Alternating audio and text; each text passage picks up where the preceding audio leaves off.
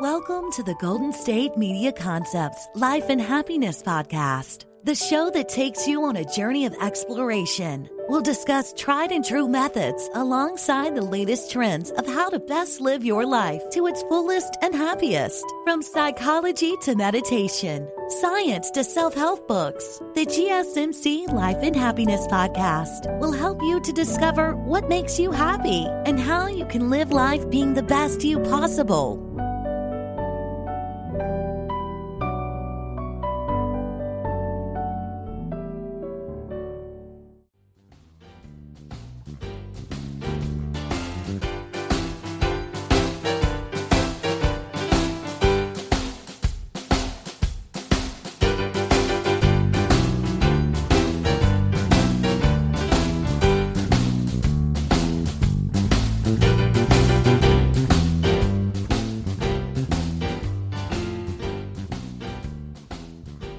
Thank you for tuning in to the GSMC Life and Happiness Podcast, brought to you by the GSMC Podcast Network.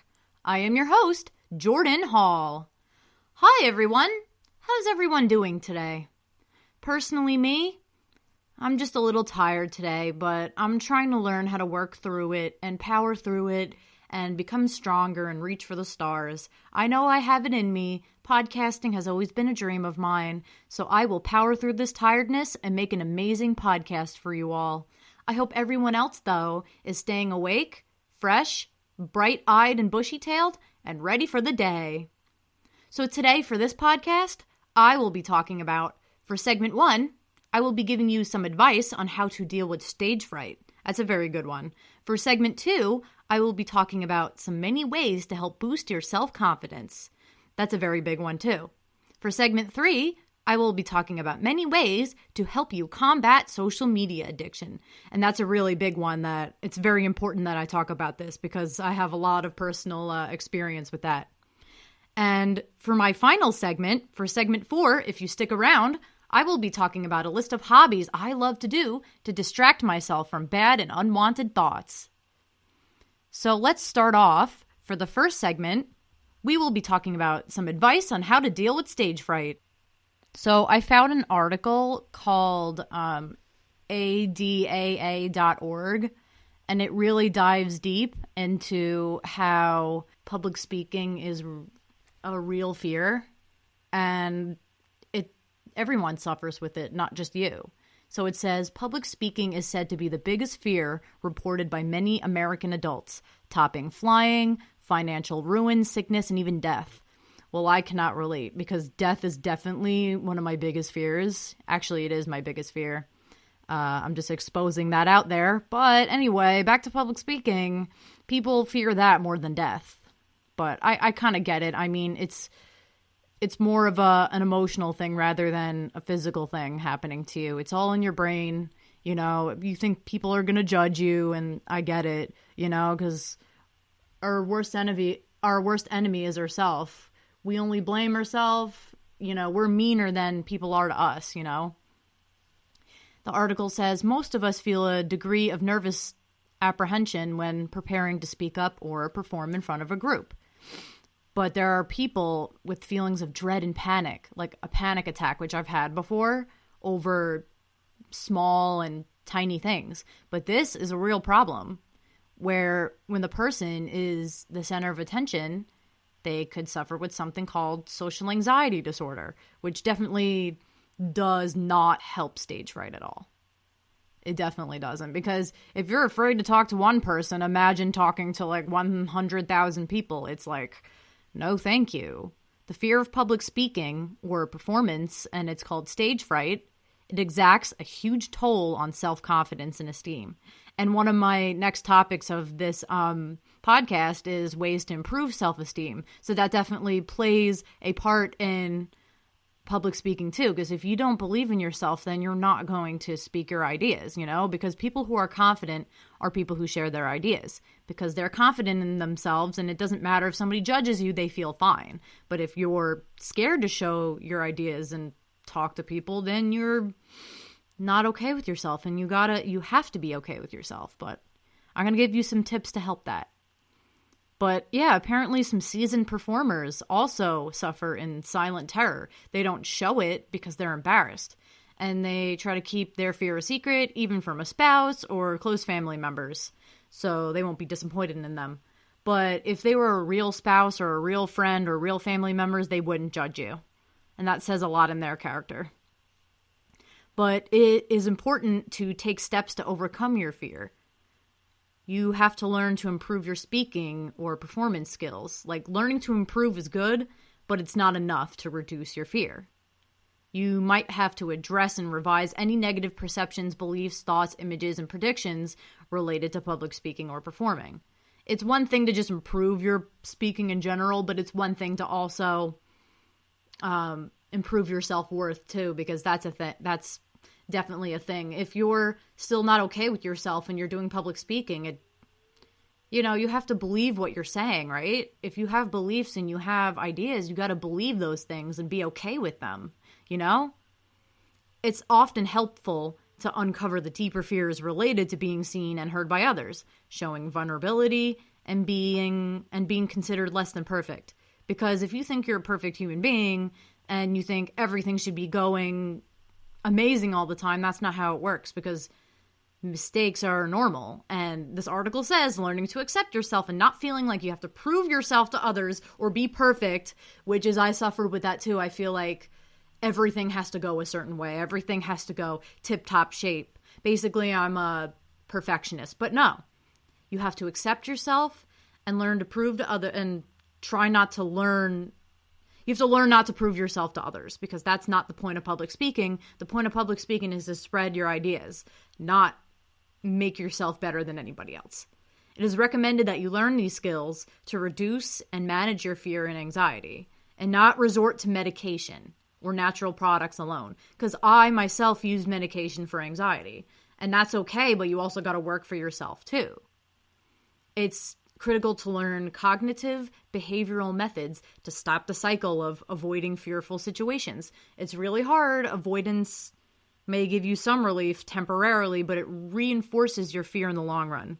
Basically, it's kind of like OCD. You're feeding it. You're feeding the fear. If you feed the fear will happen again. You're not improving by avoiding. So here's the actual list of tips now. It lists some tips here. Actually, there's actually more information. Hold on. There's more information on the page. Some people also choose medication or natural remedies to help reduce their symptoms. Not a good idea. You got to talk with your physician to find the most appropriate treatment for you, which is what I had to do too for my OCD and general anxiety. I have to talk to my psychiatrist and get the right medication, but also talk to my therapist and help myself emotionally. Because yes, medication can help. It's kind of like an aid. Like, if somebody's aiding you, they're doing things for you, they're helping you. They're kind of an asset in your life. They're guiding you. Your medication is kind of like your guide. If you're willing to stop avoiding your fears and learning new skills to reduce and manage them, you will develop a belief in yourself and you will trust yourself. That's how it works. You're rebuilding yourself and facing your fear. It will become possible to overcome your performance anxiety and find comfort and ease in expressing your own ideas. Don't worry, it will come with time. It takes time to do these things, but don't worry, you will get there. So here is a list. Now I'm going to read the list. Okay, so the first one is shift the focus from yourself and your fear to your true purpose. Don't focus on how you feel and how anxious you are. You got to focus on what you're trying to achieve, contributing something of value to your audience.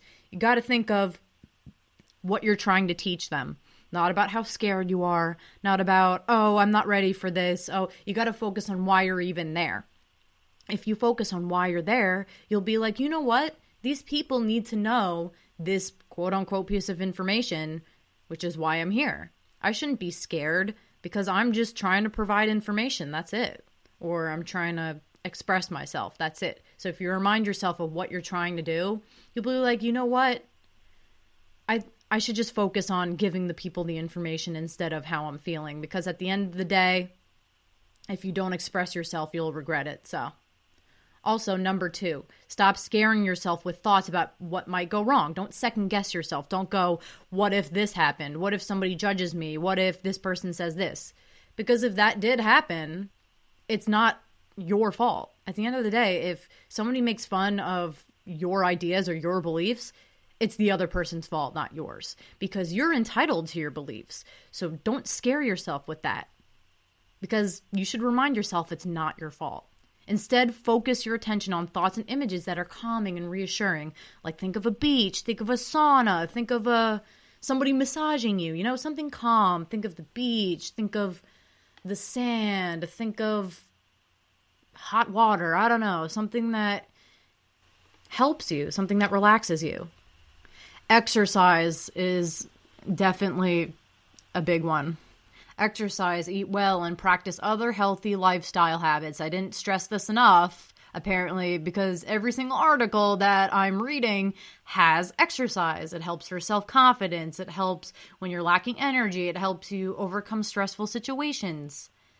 But don't drink caffeine. It does not help.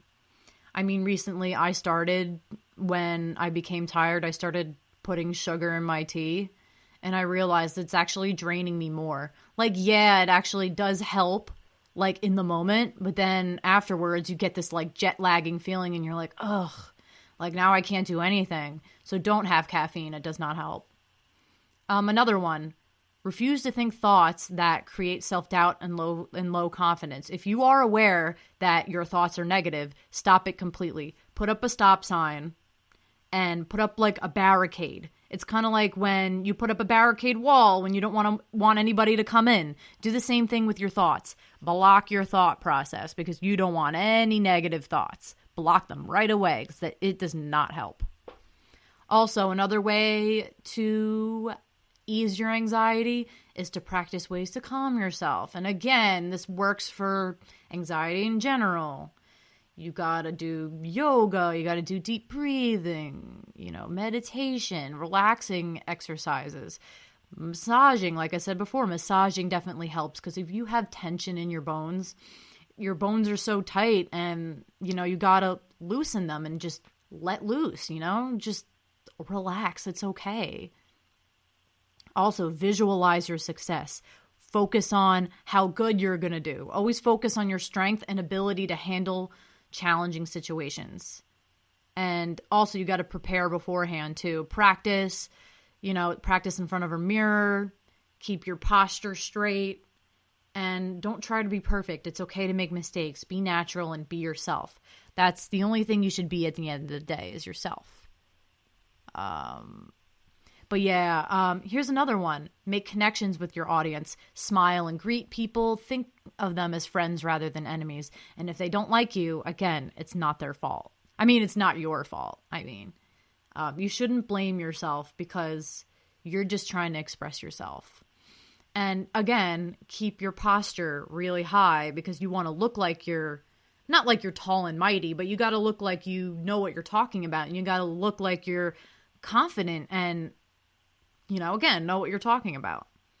If you slouch, it looks like you don't care about what you're talking about and you're like, why am I here? But no, you're supposed to be confident in yourself. So act that way.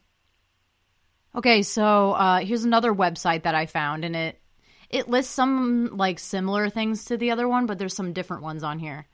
So there's another one that says arrive early. So if you get there early, if you get to the place that you want to go to early, you have time to deep breathe, you have time to process. And yeah, you should have practiced, before arriving at the set. But if you didn't, if you did practice and now you're blanking out because you don't remember, you gotta rehearse your lines while you're there.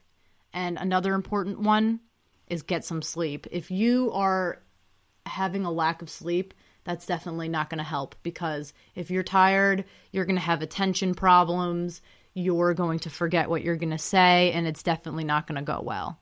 So make sure you're well rested, make sure you're happy, make sure there's no problems going on, and just make sure you're in a relaxed, calm environment.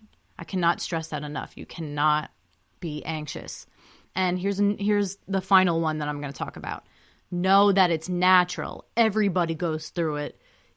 Just remind yourself it's a normal process, that now that you know that you're nervous, look at your next presentation as a gift.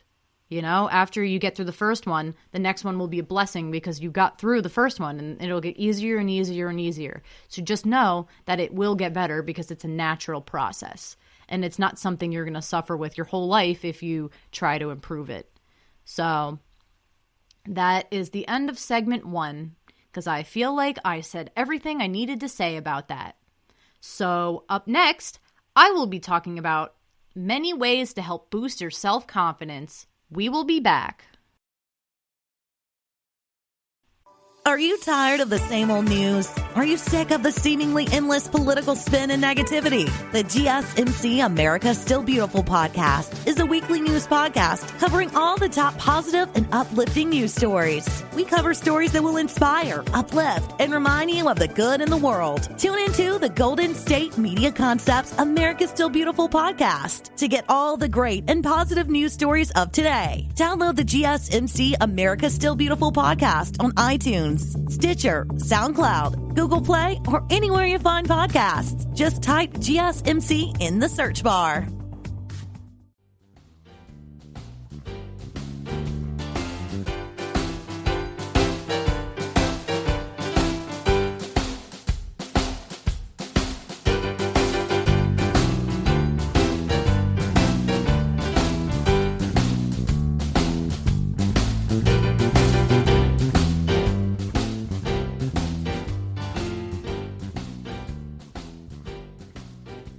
All right, everyone, we are back for segment 2. The last segment, we talked about some tips to help you get over public speaking or, fear of talking to mass amounts of people. But now we're going to talk about some, a bunch of ways that you can help boost your self-confidence. And there's a lot.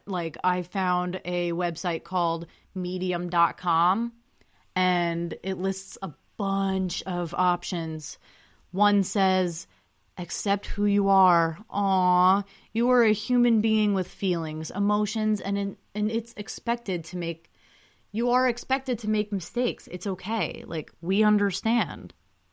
You gotta accept who you are and don't doubt yourself, because if you do, then you just got to accept yourself. It feels good to know who you are, stay positive, stay in the here and now, and show confidence.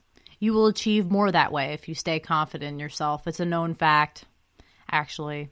So here's another one. Be creative. There are a million ways you can show your creativity. I like to write music. And if you do the things that you're talented at, it reminds you that you are talented and that you have something worth sharing. I love to play the piano. My final segment, I'll be talking about that. But long story short, I play the piano and I like to write music. And it really helps, to post my music on SoundCloud or YouTube to boost my confidence. But for myself. Don't look for, social media comments to help boost your confidence. Use it for yourself. You should be motivating yourself. But yeah, being creative definitely helps because it helps you portray your inner thoughts. It helps you paint a picture of who you are and show everyone what you're capable of. These many activities would probably be a good manager, wedding organizer, a good cook, etc. Another one is identify what you're good at. It's one thing to actually do talented things, but you should know what you want to actually do. Know where your talents lay, know what you're good at, and just experiment. And it definitely increases the confidence level. You also need to recognize the need to improve, learning to accept change. The world around us is constantly changing. People, things are constantly doing things. So you should always be open to any positive improvements to increase your self-esteem. It's very important. Promotion of good character, that's a good one. Learning to promote or be associated with good character. You got to be proud of yourself. It's important to identify sympathetic qualities and use them to increase your self-confidence. Keep learning. There's always something to learn. Even if you're like a baby, a toddler, or if you're like 80 years old, you're always learning something. Get as much information as possible so you can educate yourself and know what an amazing human being you are. Expose yourself to media, read newspapers, watch television, read books, and just talk to different people. Ask for people's different points of views on certain topics and ask about their life experiences. Ask them what they dislike and like, and discover things. And there's always something new to discover, so be open to it. Another one is accept who you are and accept the weak things that you do. The flaws that you have. Understand that you can't be experts, that you can't be an expert in everything, and everybody has flaws. Your deficiencies do not intend to cut you, but it is, in order to increase your self-confidence, you have to embrace your mistakes and embrace the flaws that you have. Because if you don't, then you'll never learn, You gotta just take it as it goes and you'll be fine. Okay, so I stumbled across another website and it lists like even more ways you can help boost your self-esteem. And one of them says, keep a happy journal. That's definitely a good one, because if you're writing down all your happy thoughts, you will probably only think happy things if you're writing happy things down. So just write some positive words and you will feel better. Another thing is speak positive about yourself. If you're writing in a journal and you're writing like positive things in a journal, you should also speak positively about yourself. You shouldn't do it out loud though, or people might think you're a crazy person. So just say it in your head. Say to yourself, I can do this. I'm an amazing person. I have my life going for me. So just say it to yourself and you will probably believe it eventually. Speak assertively with your inner critic. That will definitely help. If you have any issues, you can be like, hey, issue, go away. And simply your issue would just fade away. That's how it works. If you tell your problems to go away, they will. Just like a bad dream. If you say, hey, bad dream, go away, it will just simply fade away. You can't let it, affect your life. You just gotta get rid of it. Also, you should delete people on social media who you compare yourself to. If you're constantly comparing yourself to someone, you are not loving yourself for who you are. You shouldn't want to be like somebody else. You should only be yourself. Be proud of yourself. It's called self-pride. You got to do what's best for you. You also got to set goals to achieve, but you have to start small. Don't just go like, oh, I'm going to be, I'm going to win a Grammy. No, you got to start small. Like, I'm going to drink 5 cups of water per day. Or, oh, I'm going to eat, only 2 portions of food instead of 1. You got to start small and eventually work your way up.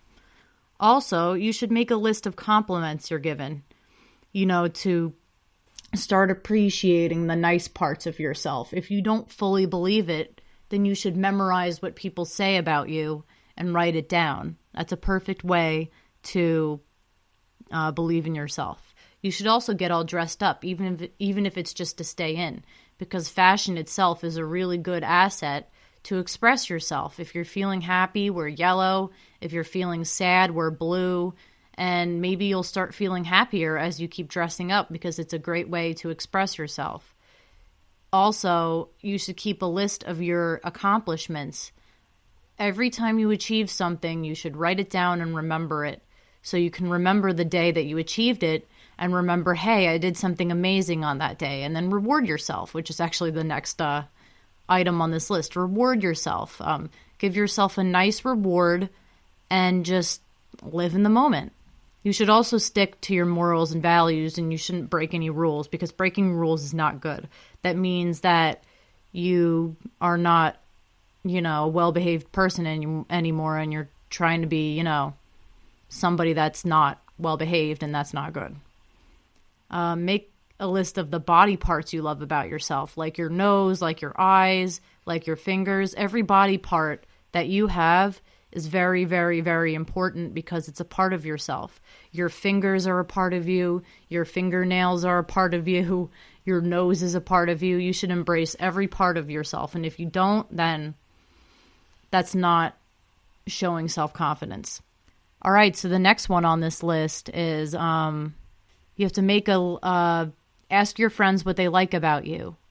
You know, if you don't believe it yourself, and if maybe you're hearing it from someone else, then you'll finally believe it. So ask your friends. You know, your friends know you almost as much as you know yourself. So ask them. You should write positive affirmations on sticky notes and post them all over your house. If you are constantly giving yourself visual reminders of how amazing you are, that might help you actually believe it, because it's one thing just saying it about yourself or somebody just saying it about you, but if you're actually writing it and then showing it to yourself, kind of like how you're looking at yourself in the mirror, then you might actually believe it. So try that. It's probably a really good tactic. You should also dance in public. That's also another thing, because if you're moving your body parts, if you're just dancing and flailing around like an idiot, maybe you'll start to feel like, hey, I'm making a fool of myself, but hey, it's fun to do. And it will help me feel funny. It will make me feel good. Make a list of activities that will make you feel good and do them as often as possible. Kind of like a bucket list, like I was talking about in the last segment. Have good posture, both sitting and standing. If you're slouching, that's like kind of like how you're thinking bad thoughts. But if you're sitting up, then you will feel taller, your thoughts will become more positive, and you'll look like you have more of a positive outlook on yourself if you're sitting up. You should also throw a fabulous party if you just feel like celebrating one of your achievements, which is a very, very great idea. You should also help somebody with their problem. If you're suffering with like self problems yourself, if you're having self-esteem issues yourself, then you'll be a really good asset to somebody else, because if they're having the same problem, then you can give them your advice. And maybe you'll even feel better about yourself as you're doing it. And you'll make the other person feel good too. So it's a win-win situation. You should try waking up earlier to accomplish more.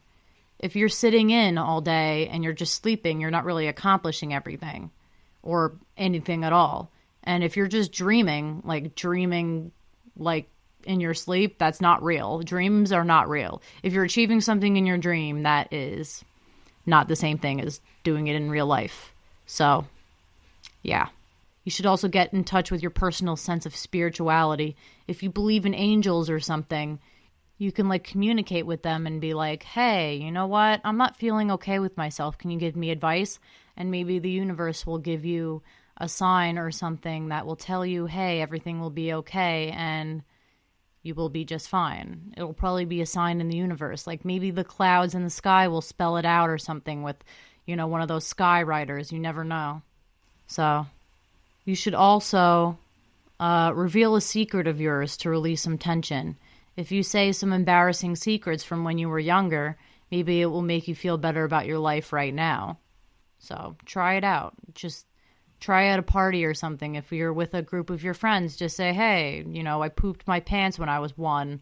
And people will be like, ha, ha, ha, ha, ha. And then you'll feel so much better about yourself.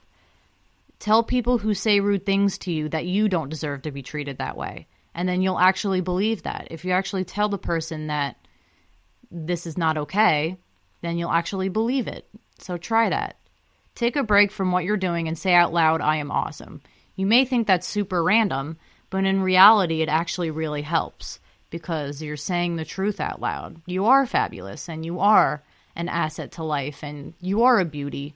So believe in yourself. It's okay. It won't hurt anyone. So, all right, that is the end of segment 2. I had a lot of fun talking about this segment, but unfortunately, we shall move on to segment 3. So, up next, I will be giving you some many ways to help combat your social media addiction. We'll be back. Tired of searching the vast jungle of podcasts? Now listen close and hear this out. There's a podcast network that covers just about everything that you've been searching. Hey! The Golden State Media Concepts Podcast Network is here. Nothing less than a podcast bliss with endless hours of podcast coverage. From news, sports, music, fashion, cooking, entertainment, fantasy, football, and so much more. So stop lurking around and go straight out to the Golden State Media Concepts Podcast Network. Guaranteed to fill that podcast itch. Whatever it may be. Visit us at www.gsmcpodcast.com. Follow us on Facebook and Twitter, and download us on iTunes, SoundCloud, and Google Play.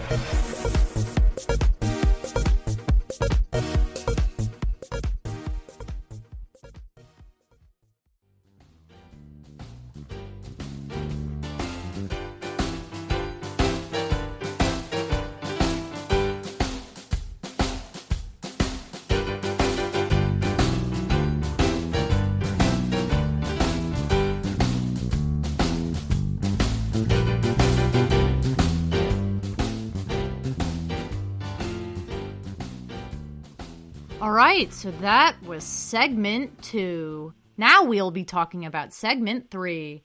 So last segment, we just talked about many ways to help boost your self-confidence. Now we will talk about many ways to help you combat social media addiction. And this is something that I suffer with very greatly. So that's why I want to talk about this, because it's a very important topic. So I found a lot of articles on this problem, and I will read some of them to you now. So I found this article called thebecomingcounseling.com, and it, lists a lot of stuff. It says, surfing the internet might seem innocent, but it can become a black hole. And trust me, I know. That's actually partly the reason why I am very tired today, is because social media just takes over your entire life. It just becomes like the most important thing. And it could lead to a device addiction. An addiction to the internet is very scary, but there is a way out. There is a light at the end of the tunnel. It may not feel that way, but there is. But there's many types of addictions. It can include gambling, social networking, which is the main thing that I wanted to talk about, surfing the internet, and online gaming. And there's so much more, but, I could probably do a separate segment on this, or a separate podcast in this case. So there's a lot of symptoms that come with this disorder.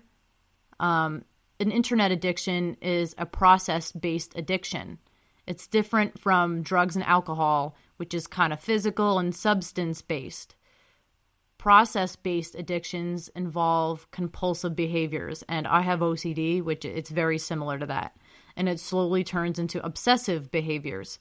Some symptoms of this addiction include planning your day around a device, forgetting about personal relationships. Oh my God, all these things relate to me, and I don't even mean this to happen. Spending hours on a device, yup, my screen time was like 6 hours the other day, like it's really bad. And denial, which I sometimes deny it, but most of the time, I'm usually honest about it. But maybe I'm denying right now as I speak, because I still am addicted myself, and I'm trying to get out of it. First is to acknowledge the actual problem, and it's very hard to do that. People think it's actually normal to spend hours on the internet. But once the emotions swarm in when you're online, it becomes too much, and it releases a neurotransmitter. It releases a lot of neurotransmitter chemicals. Wow, this is so fascinating. When this happens, chemicals cannot balance in the brain, and it actually starts to break apart the brain's reward system. Oh my God, and the brain then has trouble regulating emotions. Wow, that's so fascinating, because that's why I don't think I have a problem. Wow, oh my God, that's so interesting. That's why it's tough to notice that there may be an issue with someone afflicted by social media addiction. That's very interesting. I did not know that. And I should honestly research more about this topic, because this could really be handy. Wow, I'm actually feeling more awake just reading about this, because I can relate to this so much. Most people aren't addicted to the entire internet. They usually have a specific issue with the website or a part of it that's very addictive. They can be socially addicted, which is what I'm addicted to. I'm kind of addicted to, I admit I'm addicted to gaining attention, gaining a large following, and, but it's hard. They can be socially addicted or addicted to online gambling. I don't have that problem, but there's many different problems. Set boundaries, you should definitely do. The most important part of trying to combat addiction is to set boundaries. It's really hard to get up and off your computer. It's so hard. I'm on my computer right now, but at least I'm doing something. I'm doing something productive, which is, podcasting, which is my job. But if it's something that's useless and not worth your time, then that's the point where you should set boundaries. If the brain is dependent on the chemical effects of surfing the internet or being on a certain website, it will take over. And you're not even aware of it either. You won't understand that you've been online that long. Again, the whole science thing about, the chemical breaking your, judgment or something. That's really fascinating. You can schedule a set time. Oh my God, that's so hard though. But yeah, that's what you have to do. You have to set alarms limiting the amount of activities you do on each website. Oh my God. Here's another one that I'm trying to do. Block certain websites. I'm trying. I mean, the most popular one being like Instagram, TikTok, Twitter, like all that. Oh my God. Addiction is a habit. It turns into a lifestyle. You can combat it by replacing these habitual routines with new ones. I'm trying that. It's so hard. You got to fill the time with positive behavior. Instead of scrolling on the internet, take the time to go for a walk or read a book. I've actually been reading more. That's actually been something that I've actually been trying to do. Go for a walk. I got to work on that because I don't like physical activity, but I've been reading more. And that not apparently, you should know that it controls the addiction instead of letting it take over you. When you postpone your habit, the brain trains itself to do something else in the place of it. It also distracts you too, because if you're not thinking about having the addiction, the symptoms won't happen if you're not on your machine. Oh my God, I can relate to all of this. And it's probably really passing the time, as you can tell. Oh my God. That's why I chose to do this segment. That's why I chose to do this topic, because I can relate to it completely. You have to take accountability for your actions. Ask for help. It's not too weak to ask friends and family to help you stay accountable. Tell them to help you set limits and stay off the internet. Stay busy with loved ones so you stay away from your usual habits. Well, I've been trying that, but everybody's at work. My mom's at work. I have school. My dad's working. But I definitely do spend time with friends. I try to make it my first priority, because I love my friends. And you have to schedule free time too. You might not know what to do with yourself when you have free time, even if you're trying to stay away from the internet. Most people are busy with a lot of activities, but everyone finds themselves bored. It's a normal feeling. You got to schedule your free time away from the computer. If you have open time, you might be prone to getting on the internet. Yep. I always used my free time to get on the internet. Fill this time with exercise classes. I'll work on that. Spending time with friends. I do that. Or getting out of the house to do something you enjoy. Well, it's hard during the pandemic because everything that I want to do is closed. I want to go to a concert. I want to go to a restaurant. I want to go to the movies. So those are things I'm going to be doing definitely when the pandemic is over. You need to find new ways to socialize. Oh my God, yeah. Because online friends, no. You can't. Online friendships are toxic. Many people get on the internet to socialize. Nope. Oh, this too, whenever they're scrolling for new dates, checking out what friends are doing, and playing games with others online. Socialization is easily found online. If it is an issue, get out and find a club or organization to meet and hang out with real people. You don't have to hide online to find new friends. I know, but yeah, that's something I have to work on. Another one is work with an addiction counselor. I actually do work with a therapist, so the good news is you can combat addiction with an addiction counselor. If your addiction takes over your professional and or personal life, reach out to a counselor. You can get back on track to a positive life. Yep, that's very true. I already see a therapist for my problems, though, so I mean, you can only help yourself at the end of the day, but therapists definitely help.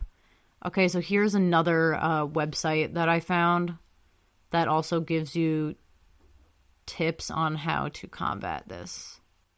Oh my God, here we go. Types of internet addiction. There's even more than the one on the other website. So we went over gaming addiction. There's cyber relationship addiction.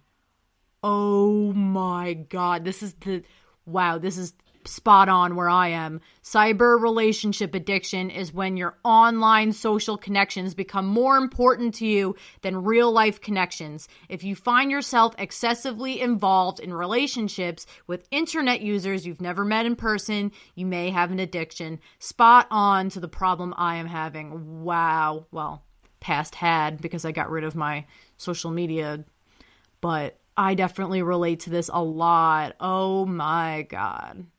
So people with that kind of problem, I will be giving you a list of ways to help combat that in a minute, but I'm going to talk about more different types of internet addiction. There's a lot. There's a gaming addiction, which said on the other page, but I want to read more into this because I used to suffer with this actually when I was like 13, actually.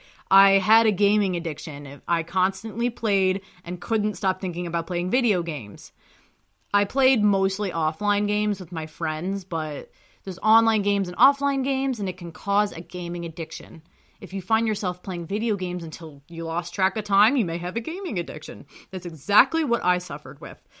But now I found better things to do with my time, like, the internet is not a better substitute, but, it's just, at least I'm trying to find what I want to do now. Like, I'm trying to find the thing, and podcasting is definitely something I want to do, and I'm doing it right now. But, I'm actually trying to find a career for myself now. It's different when I was younger because I was constantly addicted to video games, but now I actually have a life purpose now. But yeah, anyway, I suffered with this. If you find that you cannot think about anything other than your video games and it seems to be affecting your life, you probably have a gaming addiction. And I apologize, I just realized, for yelling when I was doing the last one, but that's because, I was yelling when talking about the cyber relationship one, only because I can relate to that. And I emphasize points that I relate to, by the way, just letting you guys know. When I kind of yell in the microphone like that, that means that is something that speaks to me. Oh my God, I've never found a topic that I can relate to so much. Wow. Okay. Oh, here's another scientific thing that I actually read this article already, and this is really fascinating. This thing is called the partial reinforcement effect. And if anyone right now is listening to this, if you guys suffer with internet addiction, please listen to this. It's very important. The partial reinforcement effect, this is what the article says. The partial reinforcement effect is one reason why it's easy for people to become addicted. The positive reinforcement effect is the way social media, video games, and the internet hook people. And I actually watched a documentary about this called The Social Dilemma. Basically, The Social Dilemma dives more deep into this than pretty much any article will. But I'm not going to spoil it, but it's pretty much self-explanatory. It goes into why people are even addicted to the internet. But anyway, it happens. The addiction happens when we are really enforced or rewarded for certain behaviors, like somebody liking your post or somebody following you. Only some of the time it happens, though. And it means that we can't tell when we're going to be rewarded, which leads us to trying, keep scrolling and scrolling until we are rewarded. The partial reinforcement effect is how addictions like gambling and even social media have come about. Think about it. When you check social media, you receive a like, a comment, a friend request, but you don't know when it will happen. It's not programmed. It's not like, oh, at 1 o'clock, this person will follow you. Oh, at said so o'clock, so-and-so will follow you. It doesn't work like that. It only happens some of the time. So then when it actually does happen, after you checked out, after a few minutes of waiting, not an hour, not, 5 hours, you wait 1 minute, you get back on your phone to see if anyone else has interacted with you.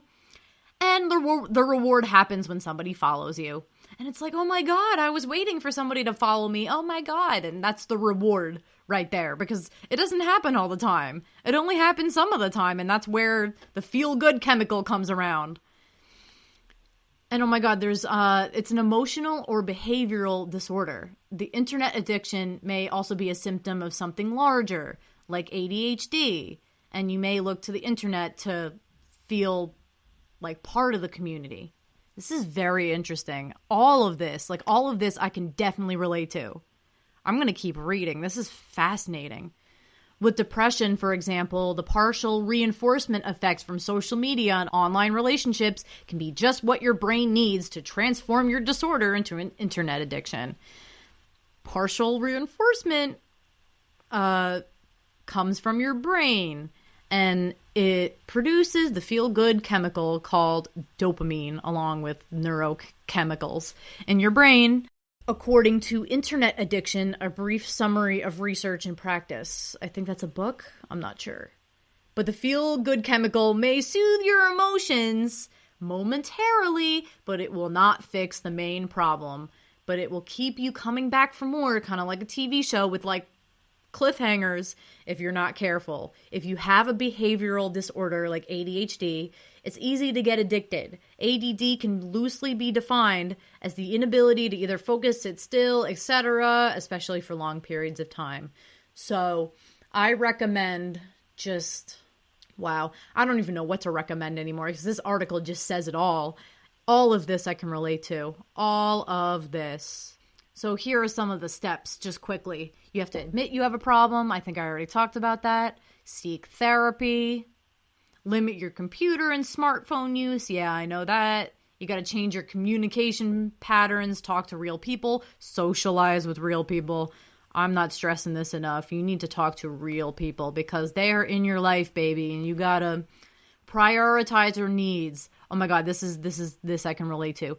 Making your needs the main focus is a great way to alter your behaviors to align with your new direction. Like, for example, if you're a student with homework, instead of spending hours on Instagram or something, you set a goal to do your homework. Not only will this help you tackle the things that you need to do, it provides you with a sense of satisfaction. Like a real satisfaction, not the partial reinforcement effect, because that's not the same thing. That's fake excitement. You don't want fake excitement. You want real, true, authentic excitement, and you get that from doing the things you love. And I should really be following my own advice right now and the website's advice. So I advise you people, get outside, socialize, interact with real people, because those are the only people who matter in your life, not fake internet people. And I should be telling myself this. And my parents have told me that for the last 10 years of my life. So I just have to choose to believe it, because there's no other option. So we reached the end of segment 3. And I hope you guys get help for your problems if you have this problem. It's a very hard thing to get over, but I know you can. So the next one will be more lighthearted. The next segment will be a list of hobbies that I do to distract myself from bad thoughts. And we will be back.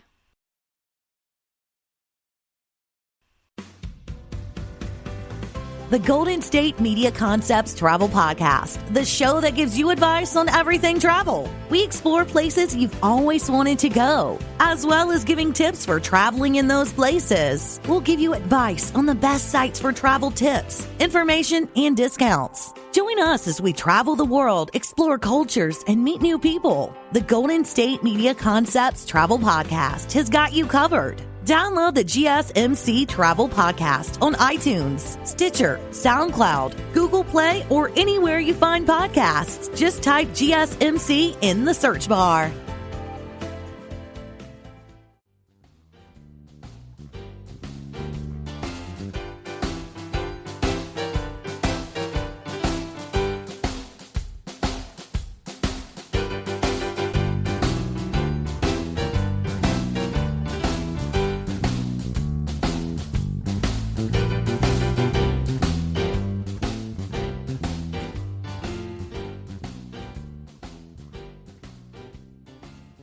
Okay, so we are back with segment 4. Last segment was a really serious topic. We talked about many ways you can help yourself combat social media addiction.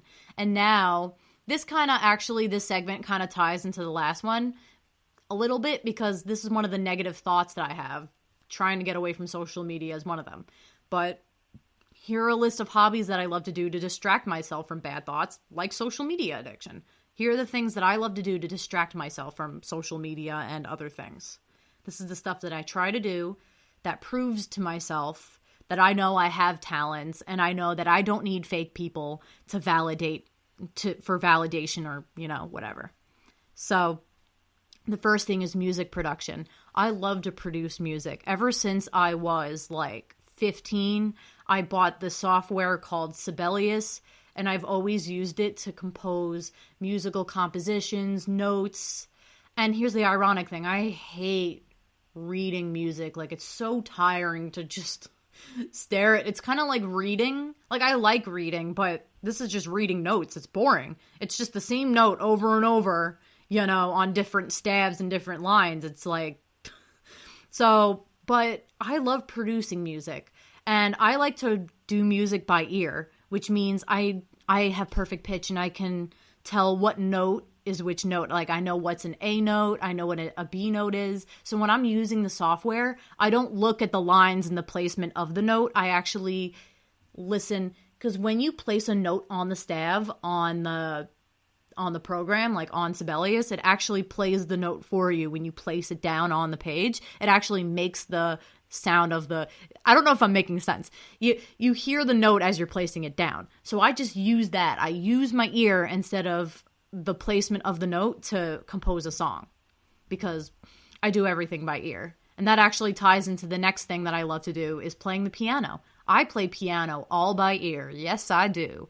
And I'm not trying to toot my own horn, but this is one of the many things that I'm actually proud of about myself, is that I can just listen to the song I can just listen to a song on the radio. All I got to do is listen to the song like maybe a minimum of 10 times, and I have to get to know the chords. I have to get to know the chords, the rhythm, the beat, the melody, and everything that ties into the song, and then I go from there. And it's a really good experience, and it just turns into a song. I translate it to the piano, and I can do it with any song that's on the radio. I can just portray it on the piano. It's so much fun. And I mostly do it with my favorite songs, because they're the only ones that I remember, because they're stuck in my head, I'm always singing the songs in my head, and I'm like, I need to get it out. I need to play the piano. So I just sit and I play the piano, instead of spending time scrolling on social media. That's what I do. It's what I love to do. So another thing, obviously, I don't think I even need to dive deep into this one, is podcasting. This is actually a recent thing that I started to like to do, because ever since I was little, ever since that I was born in the womb, I loved talking to myself. I do it all the time. I mean, definitely not in public, but I do it in my room by myself. And that's how I, exert all my energy. If I'm not with people, I am talking to myself constantly about every single little thing, about what I did in the morning to what I do, when I go to bed.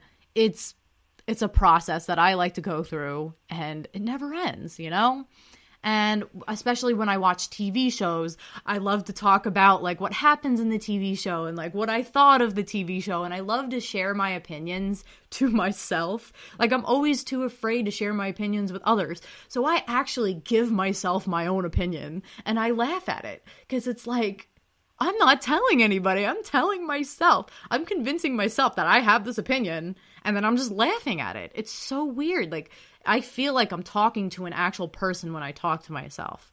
I don't know if that's like a sign of like self-esteem issues, where I don't actually feel like I'm myself sometimes. So I end up talking to myself like I'm another person. It's so weird. Like, I don't know if it's just the way my brain works, or if I actually don't feel like myself. I don't know. I have to research that, because I always feel like I'm a different person sometimes, and it's just, yeah, I don't know. Anyway, another thing that I love to do is I love to sing. Oh my God, I've loved to sing ever since I was a little kid. I sang with my brother. Me and my brother used to form a duo. Me and my brother were a band, I think. We were called the Silvers. I don't know why we called ourselves that, but we were a band called the Silvers, and we used to sing song covers of everything. We have this piano. It's called the Yamaha piano. Oh my God, me and my brother did really wild things when we were younger, but this is one of them. I mean, probably one of the most cherished moments I'll ever have is singing with my brother. And I kind of miss singing with people. I want to collab with somebody again. It feels so good to harmonize with someone and just feel the fluid motion of the melody. Like, it would just feel so good. But me and my brother used to sing all these songs that were on this Yamaha piano, because there's this setting where you can just automatically play songs on the piano without you actually pressing the keys. And we used to sing song covers of these songs, and I would sing one part, he would sing another, and then we would sing together. Actually, in unison, we would sing the exact same note, though. We wouldn't harmonize because we didn't know how. But then one day, my brother came home, and I think he was talking about a song that he sang in choir. It was actually called Edelweiss, and that's actually the song that was on the piano, Edelweiss. And I think we were talking, and he said that he learned the baritone or the tenor part, and it's different from the soprano part, which is actually the main melody, which I'm good at singing. So then I was like, wait, maybe me and my brother could harmonize together, because he knows a different part. So maybe we can sing it together. So then we just started making a habit of singing that song together whenever we could, whenever we were happy enough, and whenever we, just felt like it. And it's really one of my cherished memories of me and my brother. And I honestly should do a podcast series on this topic, because I used to be very close with my brother, but that's another story for another day. So another thing that I like to do is writing stories. Oh my God, I could probably go the next 8 minutes talking about this. So I am actually, not to self-promo at all, but I am currently writing a book. And I'm not going to say what it is, but I'm currently writing a book, and I love to read. And I love to write. I mean, here's the thing, though. Here's the catch. I used to like to read. That's the truth. And I know I was talking about how much I love to read in this podcast, but love is past tense. Loved. And I'm not saying that I hate reading. No. I just got so addicted to social media. I stopped doing it. So that's how I started to like writing stories. I used to read when I was probably starting when I was 3 years old, because I read picture books, and I read throughout my entire life, probably up until I was 17, going away to college. That's probably the last time I've ever read, because once I went to college, I didn't have time to read, and I became busy. But I used to love to read. I think I should put that on this list too, but more of a past tense activity I used to do.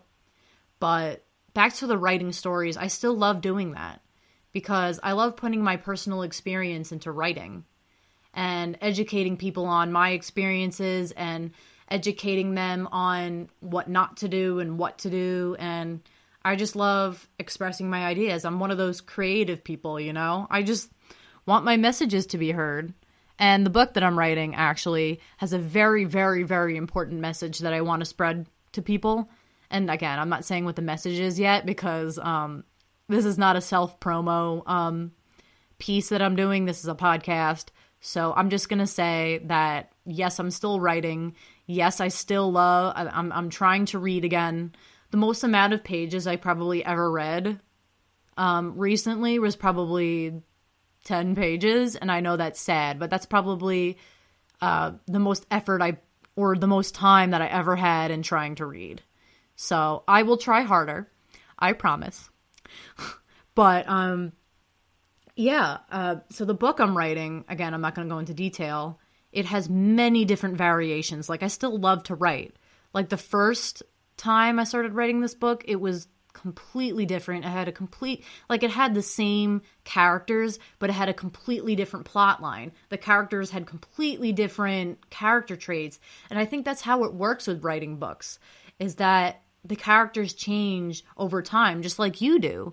I feel like as you're evolving and you're becoming different and you're becoming more mature, I feel like your characters do that along with you. It's very interesting, actually, the psychology behind that, because your characters are a part of you. They're a part of your personality, because, it's a form of art expression, writing stories. So, I I had a lot of fun with this podcast. Very, very happy with this podcast. And I love expressing myself. That's it, you know? Yeah. I don't know if this is an activity I do very often, but I used to love to draw in the past. I used to draw little doodles like on my notebook. I used to draw comics, actually. I used to love making little doodles about my life and about funny scenarios and stuff. Like, I could have been a comic book artist if I hadn't stopped drawing in 12th grade. No, not 12th grade. What was it? No, I stopped drawing in 7th grade. So I'm probably like 13 years behind. I still draw like I'm like a 13-year-old, but I could have been a comic book artist if I tried, but that's just not what I want to do. But that was something I loved to do in the past. And another thing that I've been trying to do more is playing guitar. That, honestly, I should try to do more because it's a musical instrument. And it's actually different than the piano. You actually have to, like, strum, like, strings. It actually hurts your fingers. If you try to, like, strum the strings, when I try to do that, my hands are, like, blister red. But it's so fun to play because it has a completely different sound than the piano. The piano has, like, dun, dun, dun, dun, dun, and then the guitar is like, jing, jing, jing, jing, jing. Like, I feel like I'm a cowboy or a cowgirl when I'm playing the guitar. Another thing that I used to enjoy is playing the viola too, and the viola is also a very interesting instrument, if I have to say so myself, because here's the interesting thing. Going back to writing music, I used to, like, you know how I say I hated reading music? I actually had trouble reading piano music, and that's why I didn't like it. If it came easy to me, I probably would like it. But I just had trouble reading piano music for some reason. And then suddenly I started viola, and like over time I learned how to read the music of viola, and now I know viola music perfectly. I was able to read every single note on the viola. But why couldn't I do it on the piano? I don't know. Because piano I have learned for over 10 years. Viola only took 3 years. So why was I able to read viola music but not piano music? It is just the strangest thing to this day. Like, I can read viola music perfectly. It is in a completely different, if it makes sense, it's in a different clef. There's like treble clef, there's alto clef, and there's bass clef? Yeah, there's bass clef, treble clef, and alto clef, and they're all completely different. I just cannot to this day figure out why I can't read it, but whatever. It's just a mystery to this day. So we are going to close segment 4 now. I had a lot of fun talking about this segment. I feel definitely a lot less tired than I was before because I'm doing something I love. I love podcasting, and I'm talking to an invisible audience, but I still love you all, and I hope everyone feels more awake too after this podcast, because I talked about some amazing points from, you know, social media addiction to fear of public speaking to improving your self-confidence. And I feel like all of these tie together, all of these. So I hope this really helped you. I really feel proud of myself for talking about these things because they definitely feel close to home. So thank you for listening to the GSMC Life and Happiness podcast, brought to you by the GSMC Podcast Network. I would like to ask that you please remember to subscribe to the show and write a nice review that really helps us. Also, if you could please follow us on Facebook, Twitter, and Instagram. Thank you!